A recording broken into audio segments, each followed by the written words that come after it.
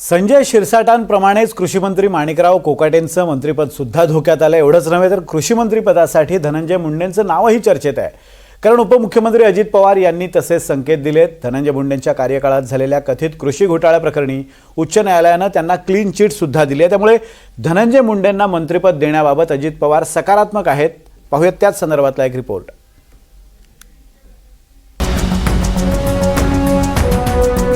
धनंजय मुंडेंचं मंत्रिमंडळात पुनर्वसन होणार।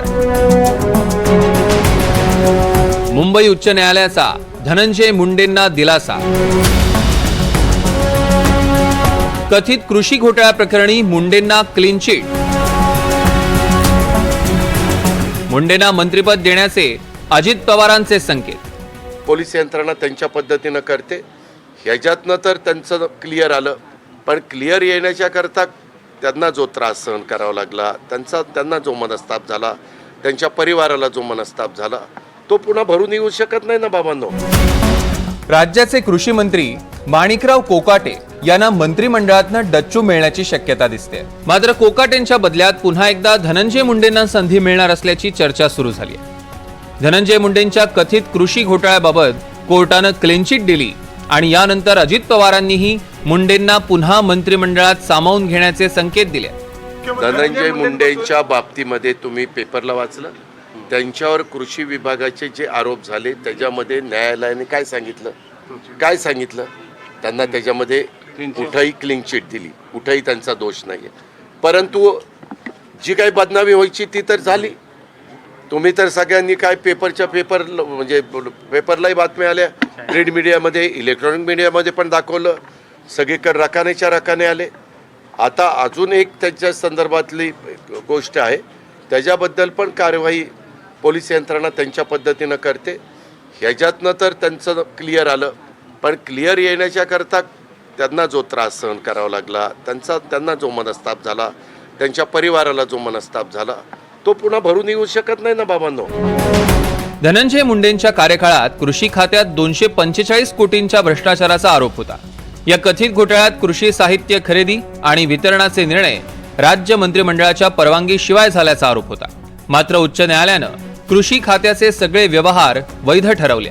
न्यायालयानं सरकारच्या थेट खरेदीच्या निर्णयाला पारदर्शक ठरवून याचिकाकर्ते तुषार पडगिलवार यांना 1 लाखांचा दंड ठोठावला।